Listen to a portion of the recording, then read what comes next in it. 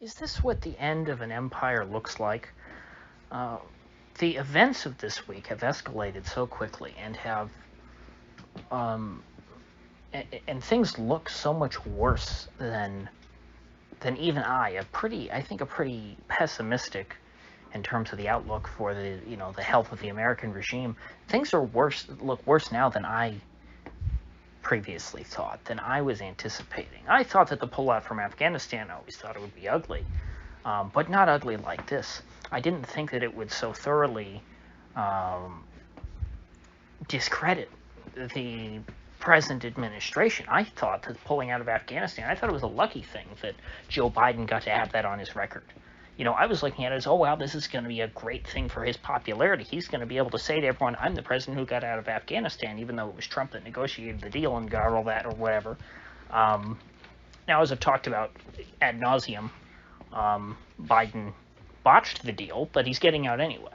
But I mean, it's amazing to me that he was able to take such a positive win, something that is almost universally considered to be a good thing, getting out of Afghanistan, and he turned it into something that is negative for him, that he has to now deflect from. It was amazing to me to turn on the TV today and see his clip of his interview with George Stephanopoulos, who is a Clinton propagandist. That's where George Stephanopoulos comes from. He worked in the Clinton White House. His job is to manage media relations for Democrats. So this should have been an easy softball interview. And it just seemed like Stephanopoulos, tore Biden to shreds because Biden just fell all over himself. Biden asked him a softball about the about the Afghan guys clinging to the plane and saying, gee, Mr. President, what do you have to say about this? Doesn't this look bad?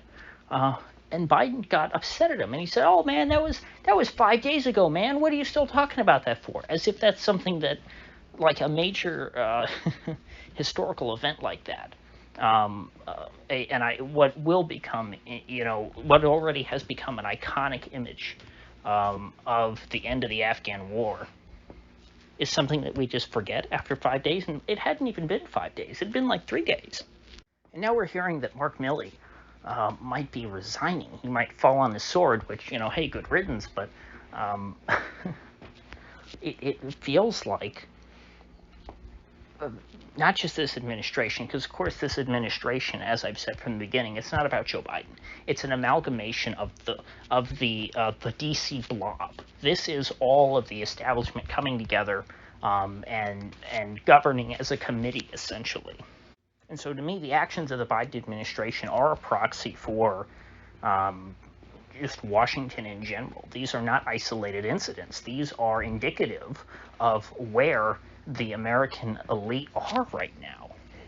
And now where the American elite are so weak and are at such a stage that that the defense secretary, who, by the way, is the first defense secretary of color, we're told, so, he must be great.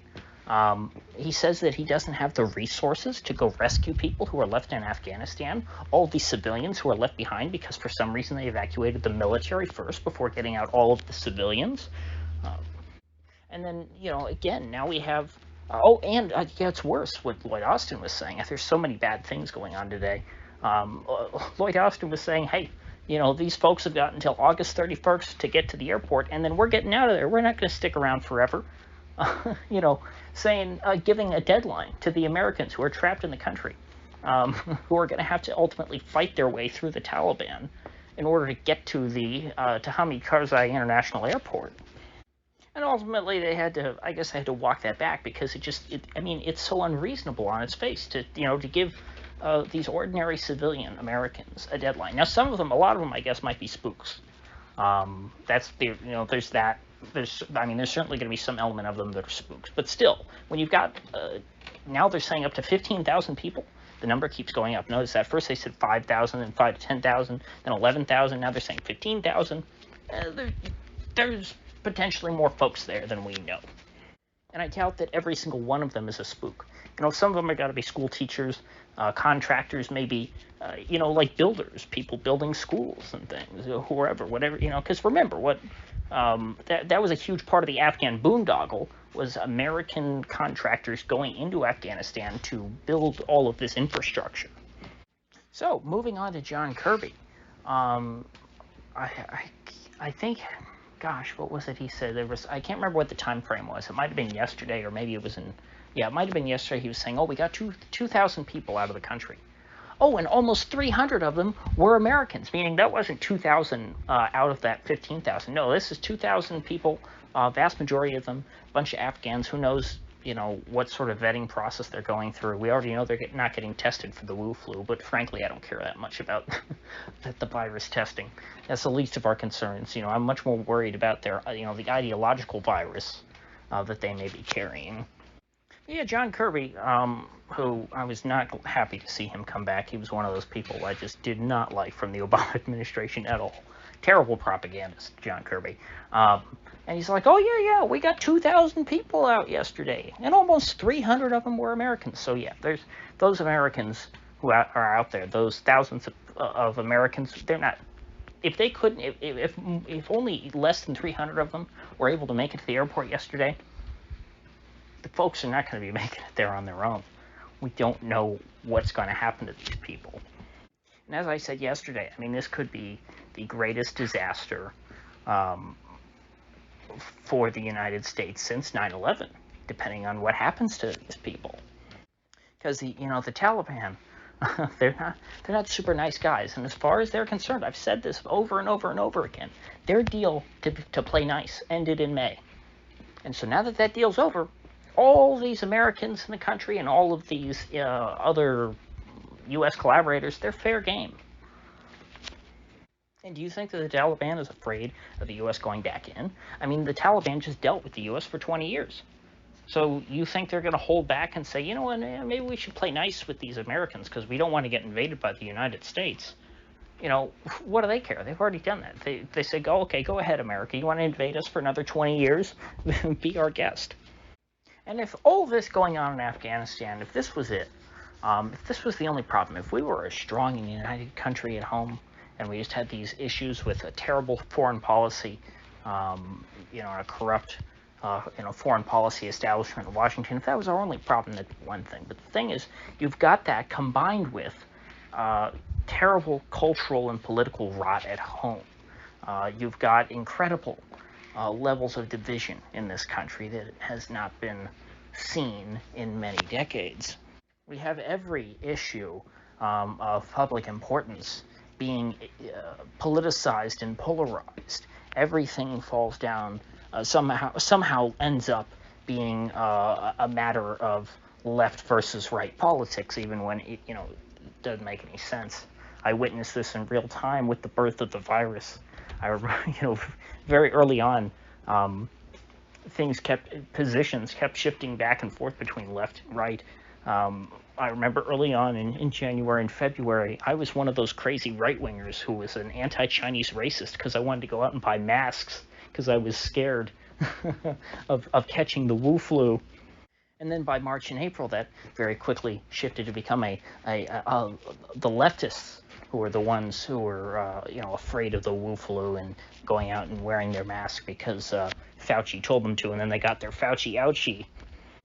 And just like every issue now in this is a matter of life and death, and whoever's on the opposite side of whatever issue it is, they want you dead. Same thing with the guns. If you want to keep your guns, well, you want children to die. If you don't support abortion, you hate women. You want them to be like they are in Afghanistan, subjugated and wearing burqas.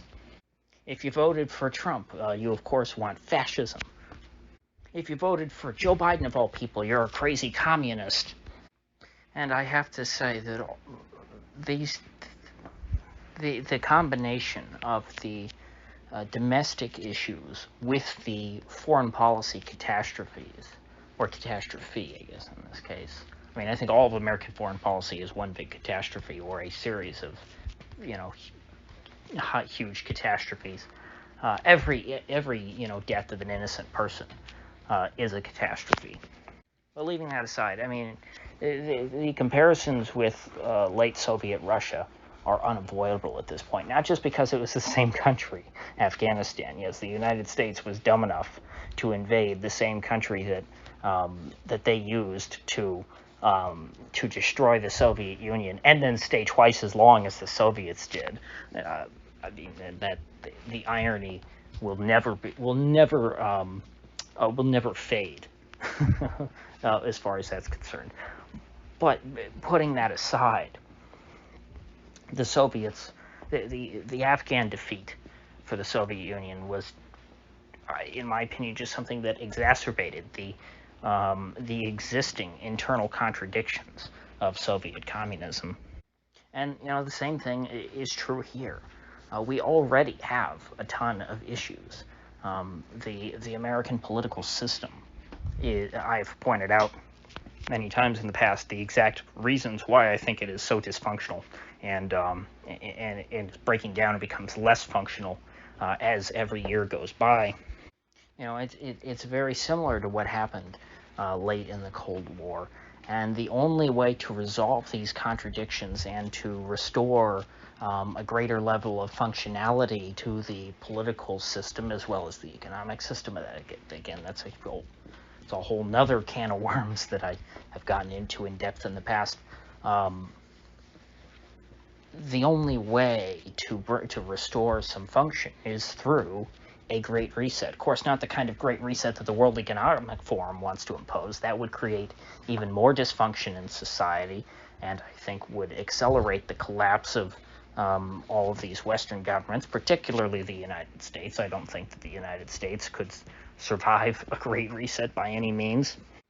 Getting back to the events of this week, not just the legitimacy of Joe Biden as some sort of competent president, but the legitimacy of the entire regime really, I think, took a massive hit as a result of what continues to unfold. Now, maybe there will be some recovery in their reputation if they're able to somehow extract all of these people without further incident, but at this point it does not look like that's going to happen. The weakness that is being shown here is profound, but I don't think that too many people are focusing on, the U.S. looks weak to other countries. China thinks that the U.S. looks weak. The Taliban, the U.S. looks so weak in comparison. Russia, oh my gosh, Russia. The U.S. looks so weak. Russia's going to think that they can do whatever they want now. They're going to move in and take over Afghanistan with China's help. That's not what really matters. What matters is that the regime looks weak in the eyes of its own subjects. If your own citizens do not take you seriously, you are not going to be able to rule over them. You'll have no authority over them, and people will gradually defy you more and more. As folks lose their fear of the regime, they will, individuals and maybe smaller communities will start to step out of line, and they will push the central authorities into having to react. We saw this in the Soviet Union as the captive nations, as they were popularly called in the West, the various Soviet satellite states started to assert a bit of independence as Soviet power was waning and the Soviets were looking weaker and weaker. And again, this all coincides with what was going on with the Soviets in Afghanistan. Countries like Poland and Hungary, which, interestingly enough, they kind of are asserting a lot of independence these days as well, but again, that's another story.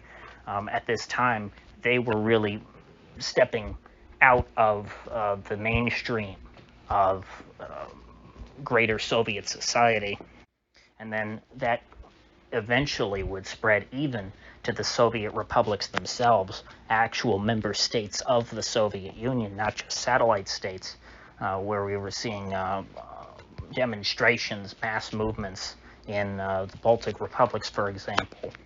And the central government was left with a choice on whether or not how they would crack down on these folks. But ultimately, once so much of the population had lost respect for Moscow and for the Soviet bureaucracy and the military establishment, there was nothing they could really do to deaden the winds of history. And Yeltsin, in the history books, is given a lot of credit for stopping the Soviet military coup of, I think it was 91, and getting on top of that tank and waving his arms and saying to the soldiers, hey, don't follow orders on this. There's no point in doing this. Don't do that. And they talk about it like, oh, Yeltsin stopped the coup. Well, what Yeltsin was really doing was he was alerting these folks and telling them it's a lost cause. There's nothing we can do. It's over now. And of course, Yeltsin and his goons went on to pillage post-Soviet Russia for nearly a decade, but that, again, that's a different story. So what I'm getting at here is that the folks at the top who feel like, or traditionally in their positions would have wielded so much power, people like the Secretary of Defense, the Chairman of the Joint Chiefs, people who are now claiming that they're totally weak, they're so weak that they can't even get our own citizens out of a collapse, out of what is essentially a decolonization situation. I mean, you really have to go back to the era of decolonization after World War II, in Africa and other places to find any sorts of parallels where where a puppet regime or a colonial regime collapsed overnight, and all of the citizens of the colonizer had to be rapidly withdrawn, in many cases leading to atrocities. And as we all know, those countries, Belgium, Britain, France, they were not really taken all that seriously in the wake of those events. I mean, after the fall of French Algeria, France was never the same. After Britain withdrew itself from all of its colonies, which it tried to preemptively do. It tried to get its people out first, and to the point of to where it actually created conflict between some of the British settlers and the government in London. But again, the U.S. has never really engaged in settler colonialism, so that's not really an issue here. In France, it was sort of the same issue. They had a lot of people who had settled in Algeria over the course of more than a century at that point, people who had lived there for generations, who all of a sudden were told by the French government, hey, it's time to go. It's over. But in all of these cases, at least, the various governments tried to get their people out. They didn't give up on that. They evacuated them. And the U.S. really seems to be dropping the ball there. I don't know how someone like Lloyd Austin or Mark Milley or Joe Biden can be viewed as a legitimate leader after something like this. And it's not like Mark Milley or Lloyd Austin or even Joe Biden resigning is going to restore trust in the regime. I think that the U.S. military, certainly compared with how it was regarded 20 years ago these days, is not very well respected. I think that we're moving towards a state in this country where the military is regarded, not quite as lowly as the Japanese self-defense force, but we're moving more towards that direction and away from traditional American attitude towards the military. And so I guess the moral of this story, as I've been trying to think through what the implications of all this in my head, just as the violations of civil liberties and the atrocities that were committed in the name of the United States overseas eventually would come home here to the United States, and I think there's still more to come on that. We're not quite to the point where the feds are drone bombing American cities, but be patient, give it a couple years. We certainly are treated with utter suspicion and have absolutely no privacy, just as people living in an occupied war zone like Afghanistan, I'm sure. And so just as the disregard for human liberty um, over there came home here, I think that the instability and the regime's loss of control is going to spread as well. Like I said, citing the case of the Soviets, and they're not the only ones, once it was clear that they could not impose their will in Afghanistan, then other folks back home realized, gee, maybe the Soviets can't keep us down forever either. I'm tempted to try and cite the example of the lone bomber in D.C. today, but frankly, I don't want to get into that. I don't think that that in the long term it's going to be all that relevant to anything. I don't think that it's a sign of a trend. I do genuinely think that, honestly, there's a chance either way. It's one of two things. Either it's just one crazy guy who recently changed his meds, and they're not, and he's not doing well on them, or he could just be a total Fed false flag. Either way, it's not indicative of a trend, and I don't think it's really worth citing for the purposes of this discussion. Now, I need to end this at some point, so I think the last thing I'm going to try and end on is how we might, soon see this, the delegitimization of the regime in Washington play out here at home. I think that in the wake of this Afghan disaster, the administration is going to try and pivot again to the virus and to vaccinations because they think that's a winning issue for them. The only thing that Biden never really pulled that well on, and so they're going to try and move back in that direction, change the conversation there. And if this Afghan situation really is desperate and is looking terrible on them and is really hurting them, they might have to take extreme measures as far as the virus and vaccines are concerned, and perhaps breaking out that rumored travel ban or vaccine mandate for interstate travel, citing the Commerce Clause. That, I think, is a distinct possibility, and were that to happen, I think that the regime is not legitimate enough in order to enforce that kind of a mandate. I think that I would like to see them push that hard because it would illustrate that not only can they not impose their will in Afghanistan, they also cannot do so in the United States. Also, something that would go over like a lead balloon, some kind of major gun control law, which I don't think they would try. I don't think they're quite that dumb, but I do think they're dumb enough to think that the vaccine issue is still a winner for them.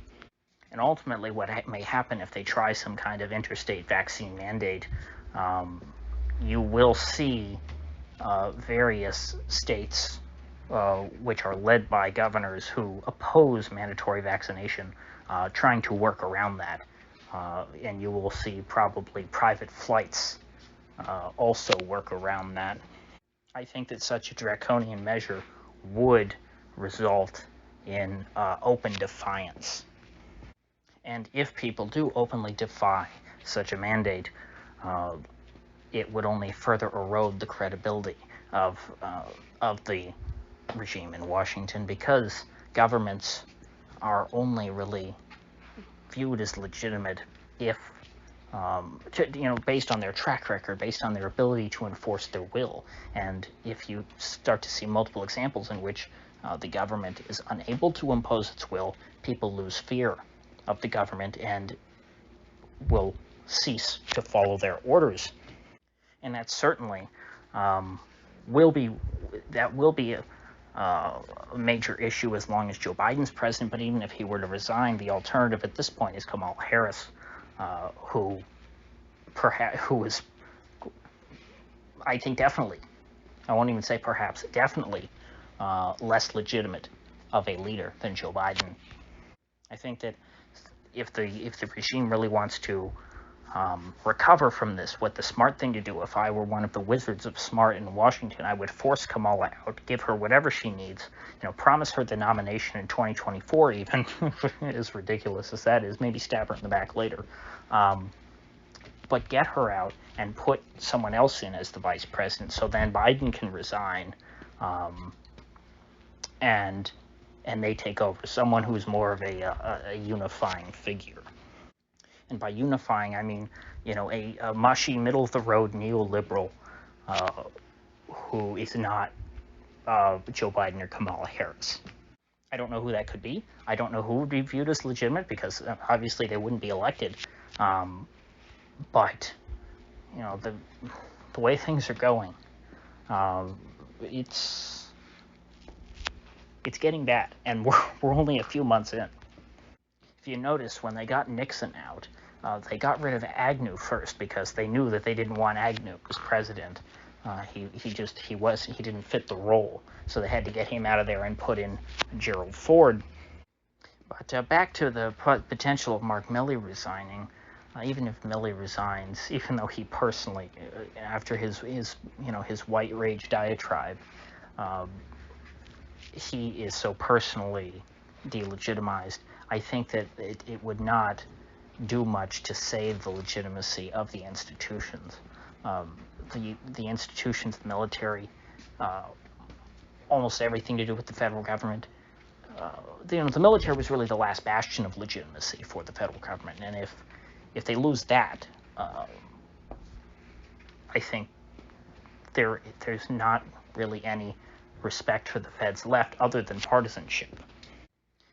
People might, be more favorable towards the feds if their guy is in office, but other than that, if they don't trust the military, the Supreme Court certainly, I think it's become a polarized enough issue at this point. The Supreme Court, you kind of can rule out. The judiciary, people don't trust like they used to.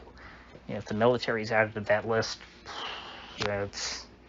we're approaching the end game for the empire.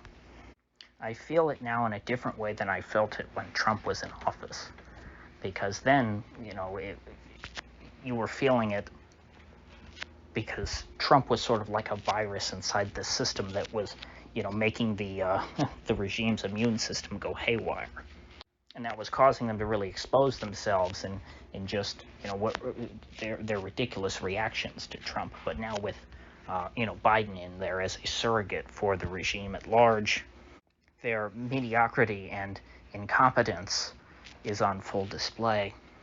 So I'll have to continue this discussion because it's really going too long, and I'll have to think more about what direction this is going. But these are my thoughts so far that I've gathered.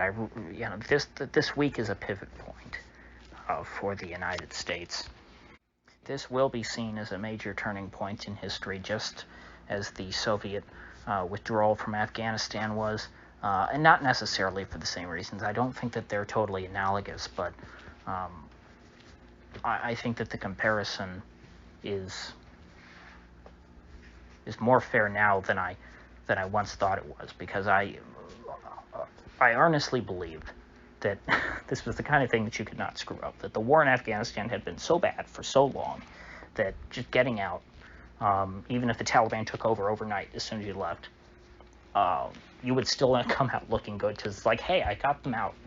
We all agree, everyone agrees that the Afghan war was a terrible fool's errand. That much is true.